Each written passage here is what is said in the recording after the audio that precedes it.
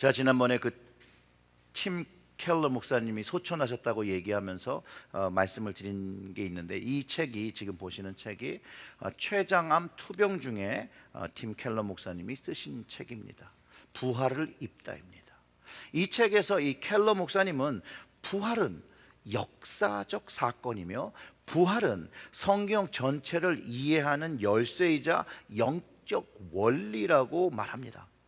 그러므로 인해서 부활을 경험한 그리스도인들은 그리스도를 인격적으로 만나게 되고, 그 인격적으로 주님을 경험할 때 희망 없던 우리의 인생이 변화되어진다는 것을 가르쳐주고 있다는 거예요.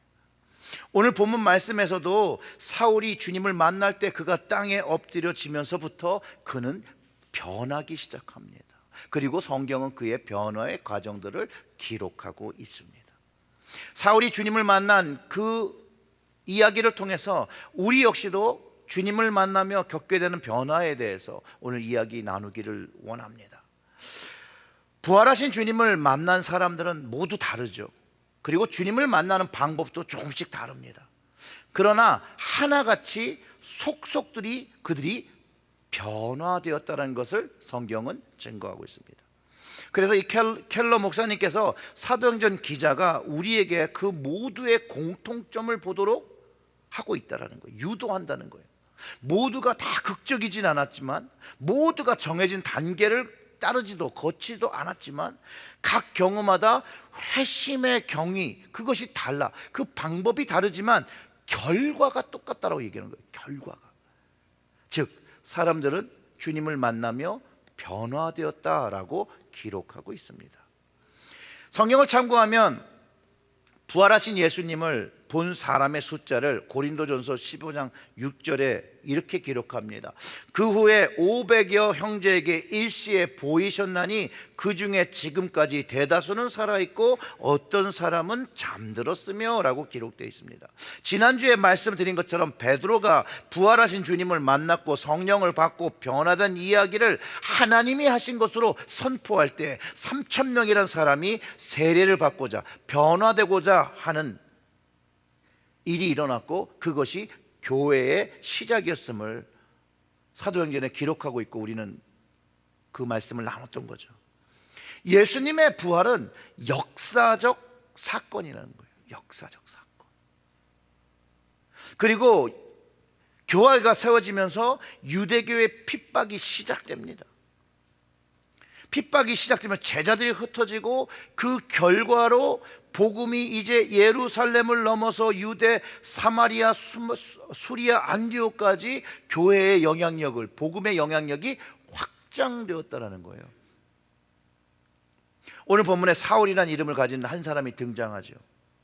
그는요, 예수님의 부활의 소식을 듣지만 그것이 제자들의 거짓말이라고 그는 믿어요. 단정하죠.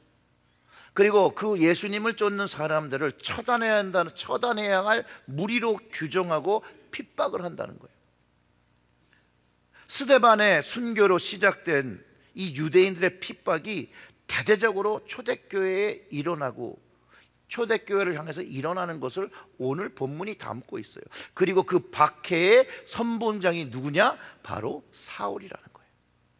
오늘 본문의 그 1절과 2절만 읽어도 그 당시 분위기가 어떤지를 알 수 있습니다. 사울이 주의 제자들에게 대하여 여전히 위협과 살기가 등등하여 대제사장에게 가서 다메섹 여러 회당에 가져갈 공문을 청하니, 이는 만일 그 돌을 따는 사람을 만나면 남녀를 막론하고 결박하여 예루살렘으로 잡아오려 함이라, 이렇게 기록을 하고 있는데, 아무튼 사울이 무언지 모르나 그 유대교의 사람으로서 그리스도를 쫓는 그리스도의 제자들을 거기에 적대감을 가지고 있었던 건 분명하다는 거예요.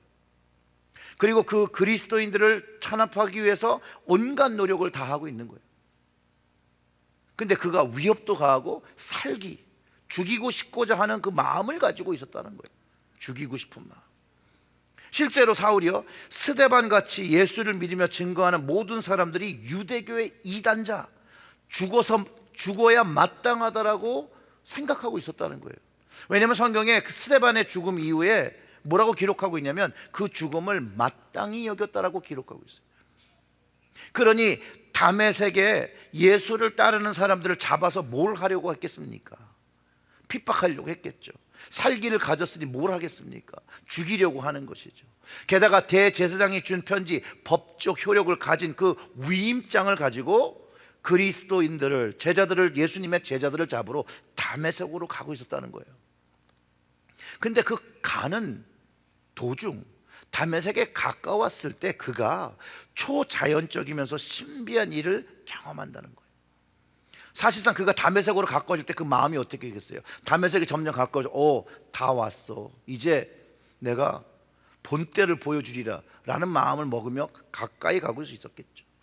그런데 그 그리스도인들을 잡으려고 하는 그 마음을 다지면서 길을 재촉하고 있는 그때에 부활하신 예수님을 만나며 그의 인생이 뒤바뀌어져 버린다는 거예요. 변해버린다는 거예요. 그가 주님을 만나기 전에는 핍박자였고 억압자였던 그가 이제 예수님을 만나니 그 예수님의 복음을 전하는 전도자가 되어지고 그 복음을 위하여 생명을 바치는 순교자, 이제 바울이 되어진다는 거예요. 사울이 경험한 일을 3절에 이렇게 묘사하고 있습니다. 사울이 길을 가다가 다메섹에 가까이 이르더니 호련히 하늘로부터 빛이 그를 둘러 비추는지라. 하늘에서 빛이 그를 둘러쌌다는 거예요. 그런데 이 빛이 예사로운 빛이 아니라는 거예요. 그가 그 빛을 경험할 때 의심할 수 없을 정도로 하나님의 역사가 경험되어진 것을 사도행전 기자는 객관적인 사실로 기록하고 있어요. 왜냐하면 그가 빛이 그를 둘러 비출 때 뭐라고 얘기하고 있냐면 그가 땅에 엎드려졌었다는 거예요. 4절 보면 이렇죠. 땅에 엎드려짐에 들음에 소리가 있어 이르시되 사울아 사울아 내가 어찌 나를 박해하느냐 하시거늘. 그가 있잖아요, 빛이 그를 둘러싸니까 외부에서 힘에 의해서 엎드려진 것 같은 표현으로 기록되어 있다는 거예요. 근데 실제적으로는 이 하늘에서 비치는 초자연적인 광채에 압도되면서 스스로 땅에 엎드렸다는 거죠. 근데 영어로는요 fell to the ground, 이렇게 넘어진 것처럼 기록을 하고 있어요. 그럼 이걸 어떻게 이해하냐? 그 놀람과 두려움이 동반되면서 어떤 신적 권위에 쓰러지듯이 엎드렸다는 거예요. 그런 사울의 모습을 우리가 연상해 볼 수 있다는 거예요. 그리고 또한 요한복음 18장 6절을 참고하면 예수님의 권위가 예수님을 잡으러 온 군병들을 엎드려지게 했다는 말씀도 있어요. 그 요한복음 18장 6절은 예수께서 그들에게 내가 그니라 하실 때 그들이 물러가서 땅에 엎드려지는지라. 사울이 땅에 엎드려지고 그리고 또 그가 음성을 들어요. 그냥 그 권위와 권세에 엎드린 것뿐만 아니라 들은 음성이 있는데 거기서 뭐라고 그러냐면 사울아 사울아 내가 어찌 나를 핍박하느냐. 그러니까 바로 물어보죠. 대답하여 5절이 그래요. 주여 누구시니까 이르실 때 나는 내가 박해하는 예수라. 자신을 부르는 이가 누구인지를 정확하게 확인을 한다는 거예요. 예수님이 친절하게 난 누구다라고 가르쳐 주신 거죠. 그런데 어떻게 말씀하셨을 것 같아요? 나는 핍박하는 예수라. 어떤 톤으로 하셨을까요? 핍박을 하셨으니까 좀 화난 목소리로, 신경질적인 목소리로, 야 난 네가 핍박하는 예수야, 이랬을 것 같아요? 그런 톤은 아닙니다. 그것보다는 그를 사랑하고는 그를 사랑해서 부르는 그 애정이 담긴 그 음성이라고 우리는 추측해 볼 수 있어요. 왜냐하면 구약에서 아브라함이나 모세나 사무엘을 하나님께서 부르실 때 하는 그 두 번의 음성이 있거든요. 신약에서는 시몬을 부를 때 그렇게 두 번 이름을 부르세요. 그런데 여러분 보세요. 구약을 잘 아는 사울이 어떠한 신비한 것을 경험하며 그것을 통해서 신비한 음성을 듣는데 자기 이름을 두 번 부르는 거예요. 그가 율법을 배우며 하나님의 아브라함을 어떻게 부르신지를 알고 있었고 모세를 어떻게 부르신지 알고 있었고 사무엘을 어떻게 부르신지를 알고 있는 그가 듣는 거예요. 자기 이름을요. 사울아 사울아. 우리는 사울이 이것을 어떻게 받아들였는지 좀 생각해 봐야 돼요. 왜냐하면 그 사울아 사울아 그 음성을 이제 사울이 핍박하는 예수라고 자신이 확인했기 때문에 그래요. 자신과 유대인들이 십자가에서 죽였다라고 생각한 그 예수, 그리스도인들이 부활했다라고 떠들지만 그가 생각하기에 새빨간 거짓말이고 사람들이 지어냈다라고 생각했었는데, 자신이 오늘 경험하는 그곳에서 그분의 음성, 예수의 음성인 것을 그 비단에서, 그 하나님의 그 권능 안에서 경험한다는 거예요. 그 빛의 권능이 얼마나 강렬했으면 그가 몸이 먼저 반응하여 땅에 엎드려 주님을 맞이했는데, 그 주님이 알고 보니 내가 핍박하는 예수라. 여러분, 이 경험은요 사울을 흔드는 일이 일어난 거예요. 자신이 배우고 믿었던 것, 자신이 경험적으로 과거부터 알고 있던 모든 지식이 땅에 엎드려지면서 예수님의 음성을 들으며 경험하며 완전히 무너지는 경험을 하는 것이에요. 생각해 보세요. 죽었고 거짓에만 하는 그 예수가 그에게 말을 걸었다는 거예요. 그의 이름을 불렀다는 것이에요. 사울아 사울아. 실제로 자기가 그렇게 생각해야 되지 않을까요? 자신이 미쳐서 헛것을 듣거나, 그래서 부인을 하거나, 아니면 자신이 여태까지 믿어오고 배워왔던 그것들을 틀린 것으로 인정해야 하는 그런 순간이 찾아온 것이에요. 그 순간이. 물론 그가 경험한 것을 부인할 수 있죠. 그런데 그 경험이 너무나도 분명하고 너무나도 명확해서 부인할 수가 없는 경험을 했다라는 거예요. 그러면 그곳에서 주님의 음성과 주님의 그 인도하심을 듣지요. 그 들은 것이 이제 나중에 다 경험된다는 거예요. 그 인도하심을 따르기 위해서 함께 있던 사람의 손을 끌려서 이제 다메섹으로, 눈은 멀었죠. 사흘 동안 보지 못하고 식음을 전폐하고 있었다라고 성경이 기록하고 있어요. 그가 들은 음성, 그 예수의 음성이 말씀하신 그것을 고민했을 거라는 거예요. 여러분, 사람이요 충격을 받으면 밥을 잘 안 먹습니다. 심경에 큰 변화가 있으면 입맛이 없어요. 물론 가끔 그래도 입맛이 도시는 분이 있긴 해요. 그렇지만 대부분 그렇게 심각한 그런 걸 경험하면 입맛을 잃어요. 이 시간을 통해서 사울이요 그 4일 안 보이고 밥을 먹지 못할 정도로 고민을 했던 거예요. 그리고 그가 변화하기 시작한다는 거예요.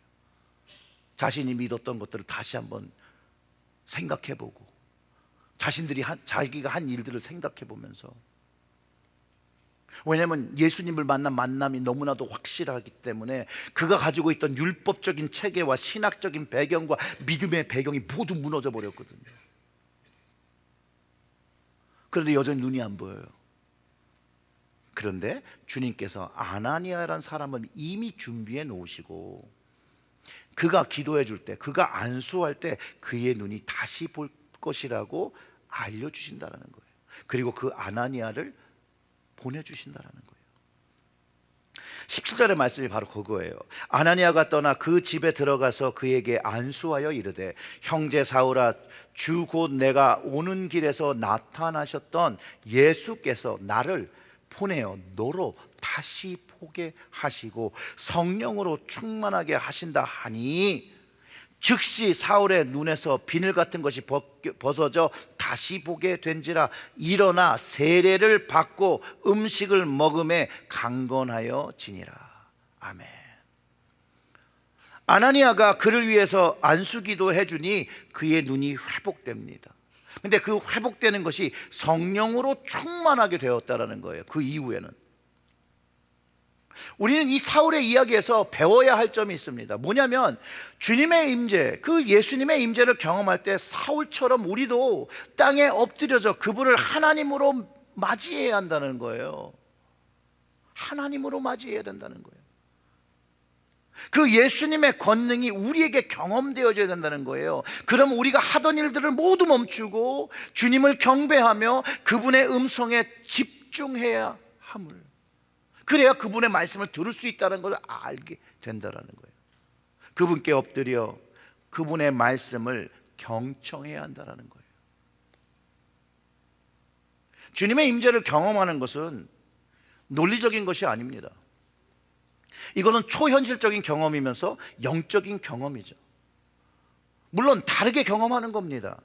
한 가지 방법만이 옳은 방법이 아니에요.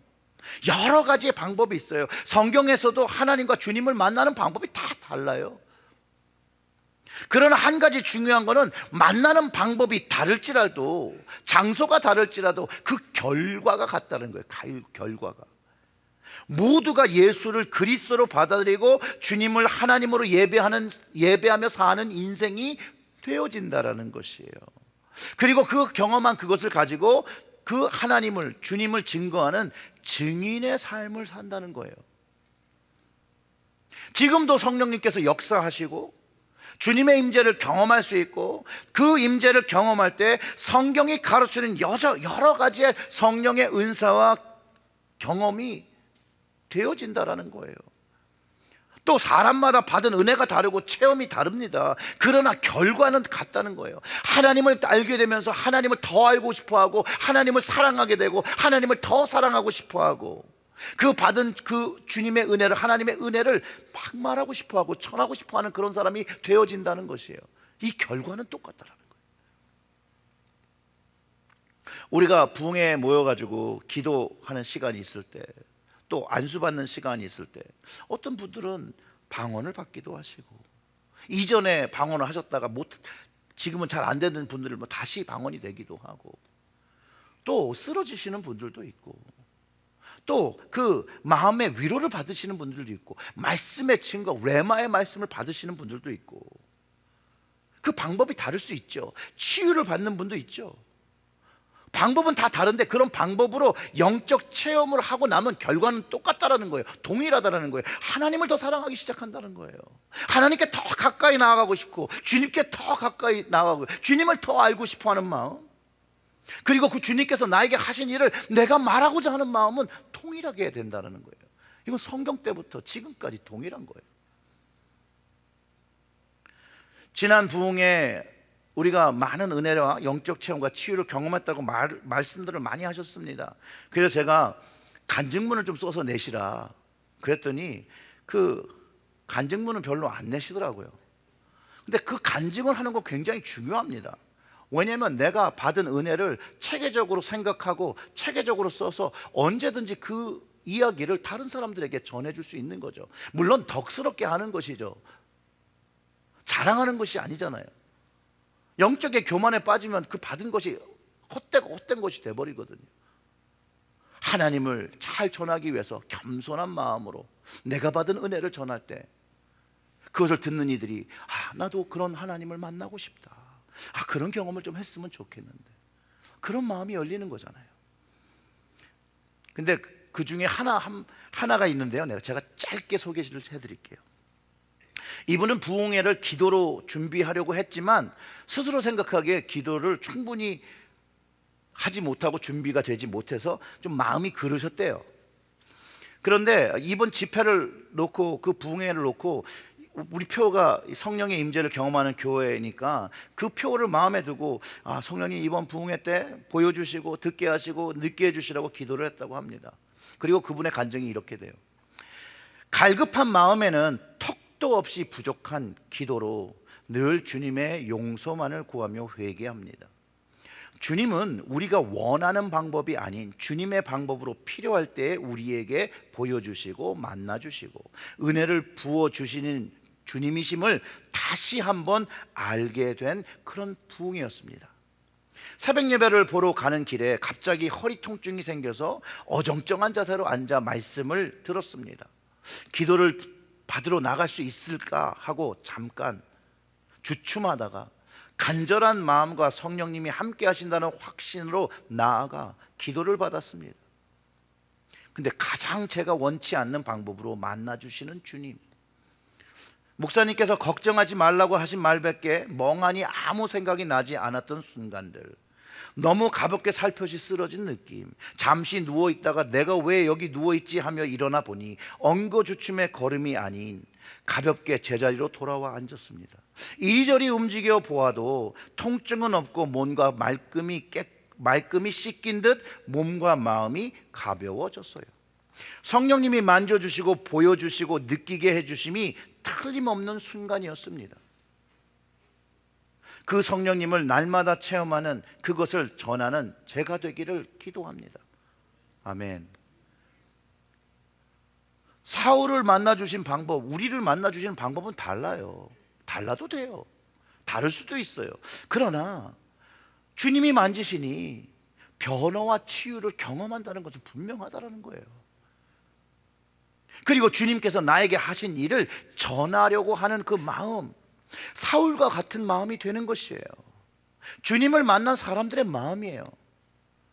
우리 역시 마찬가지예요. 주님을 사모하고 경험하며 그분의 임재에 엎드려지며 순복하는 일이 있을 때 거기에 하나님의 역사가 또 경험되어집니다. 그분의 말씀을 엎드려 받는 그런 경외하는 마음으로 받으면 우리의 삶에 변화가 일어난다는 거예요. 주님이 역사하시고 주님의 음성이 들리고 이 말씀이 나에게 주시는 주님의 음성으로, 말씀으로 받아들여지게 되고, 우리의 마음에 주님을 맞이할 때 땅바닥에 엎드려서 그분을 맞이한 그런 준비가 되어지기 시작한다는 것이죠. 요한복음에서 주님을 빛에 비교합니다. 예수님이 우리에게 오신다는 것은 우리의 인생에 그 빛이 둘러 비춰주신다는 것이에요. 그러면서 거기서 그분의 권능을 경험하고 땅에 엎드려지는 경험과 회심과 변화를 겪어야 한다는 거예요. 그때에 우리는 삶의 영적 변화를 경험하고 그 영적 변화를 말하기 시작합니다. 사랑하는 성도 여러분, 꼭 부흥회가 아니더라도 내가 오늘 주님 앞에 엎드려 그분을 찬양하고 경배하며 그분이 약속하신 성령을 구하며 그 말씀을 믿으며 성령의 역사를 간절히 원하면 하나님께서 경험하게 해주신다는 거예요.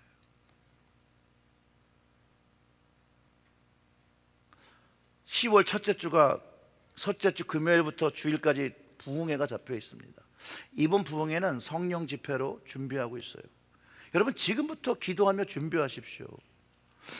기도하시면서 나도 사울과 같은 빛의 역사를 경험할 수 있게 해달라고 기도하시고, 하나님을 만나는 기회가 되게 하시고, 내 신앙이 회복되어지고 바뀌는 것을 지금부터 기도하시면요, 부흥회가 오기 전에 하나님의 역사를 경험하실 수 있을 거로 저는 확신해요. 하나님께서 우리에게 주시는 은혜이기 때문에 그래요. 하나님은 우리가 그 은혜를 받기를 원하신다는 거예요. 우리가 그 은혜 받을 준비가 안 돼 있어서 받지를 못하는 것이죠. 우리의 마음은 간혹 하나님 앞에 엎어진 그릇과 같아요. 그래서 아무리 부어줘서 담을 수가 없는 거예요. 그 그릇을 뒤집어 엎어 하나님을 향한 마음이 되어지면, 하나님 앞에 엎드려서 그 말씀을 경청하고자 하는 경외하는 마음이 되어질 때 하나님은 그 그릇에 하나님의 사랑과 은혜를 부어주신다는 거예요. 그 바꾸기 힘든 사울을 바꾸셨다니까요. 위협과 살기가 등등한 그를, 사람을 죽이게, 예수 믿는다고 사람을 죽이겠다는 그 마음을 바꾸신 하나님이 우리도 바꾸신다는 거예요. 여러분, 그것에 믿음을 가지시길 바랍니다. 그 사울을 바꾸신 주님, 그 엎드려져 계신 주님의 능력이 우리 체릴제일교회 모든 가정에 경험되시기를 주님의 이름으로 축원합니다. 아멘. 우리 다 같이 기도하겠습니다.